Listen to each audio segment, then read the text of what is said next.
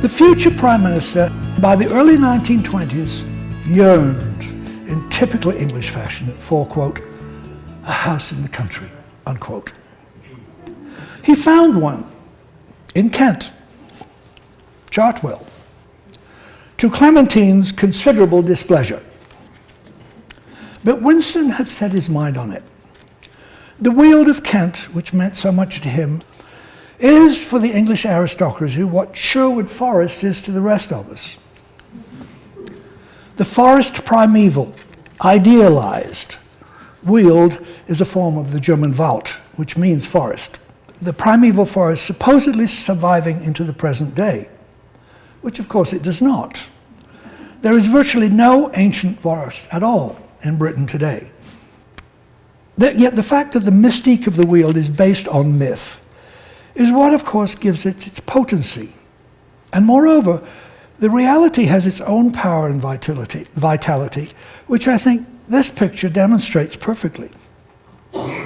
What is known as the Weald is in reality the kind of rolling English countryside of trees, fields, hedgerows, farms, cattle, horses, church towers and steeples, ponds and pubs, country houses and country cottages, so beloved by the painters of those pictures, wreathed in sentimentality a la Thomas Kincaid.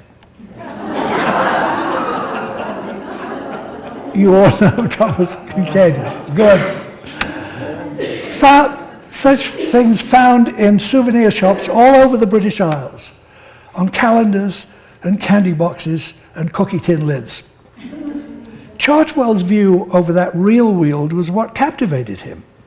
And in characteristic aristocratic fashion, he had to have it. And so they bought it in 1922.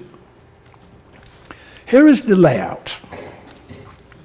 Churchill's precious view of the Weald looks out from the house itself and the terrace below the house, across a landscape he created, which surely, whether he had it in mind consciously or not, was inspired by that of Blenheim. There, the lake and the bridge the palace overlooks constitute the central features of what is probably the most famous landscape of the most famous English landscape designer, Lancelot Brown. Let us begin our virtual tour at those springs in the stream which flows down through the view for which Winston bought the property in the first place. The stream has been dammed to form ponds, a swimming pool, and two lakes, the upper, the smaller, and the lower, the larger of the two.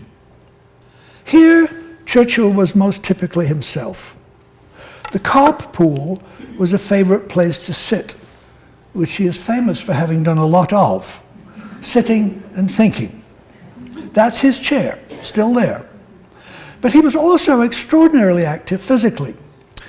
He didn't exactly do the necessary jobs himself in creating the upper and lower lakes, for example. No one person could have, but he was down in the mud and dirt and involved well above his elbows. He was also never above calling in any mechanical help that could be dredged up, in this case an appropriate metaphor, and himself designed a railway system to haul away the muck involved in turning what had been little more than a swamp into the lower lake. The serenity of the results, which you can see here, belie the hard work that went into them.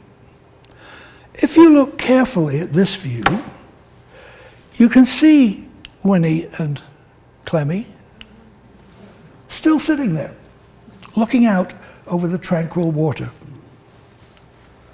John Bull, recognizable instantly even from behind. The gardens themselves lie closer to the house.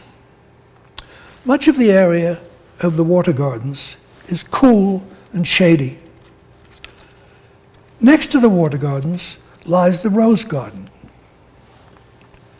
which is generally thought of as being that section of the grounds most closely associated with the lady of the house. A pergola leads from the rose garden to the Marlborough Pavilion, designed as a tribute to the founder of the fortunes of the Churchill-Spencer clan, the victor at Blenheim. Across the terrace lawn, a short walk leads to a stepped walkway across which a path leads through the orchard and past Winston's studio, where a selection of his paintings is displayed. From the studio, one proceeds to the Golden Rose Walk, which is the most interesting feature of the entire property in my mind, other than the house itself. It is the most delightful anniversary present I have ever heard of, and in fact unique. It was a gift of yellow roses and the garden in which they were set to their parents from the Churchill children to celebrate Winston's and Clementine's golden wedding. That is their 50th wedding anniversary.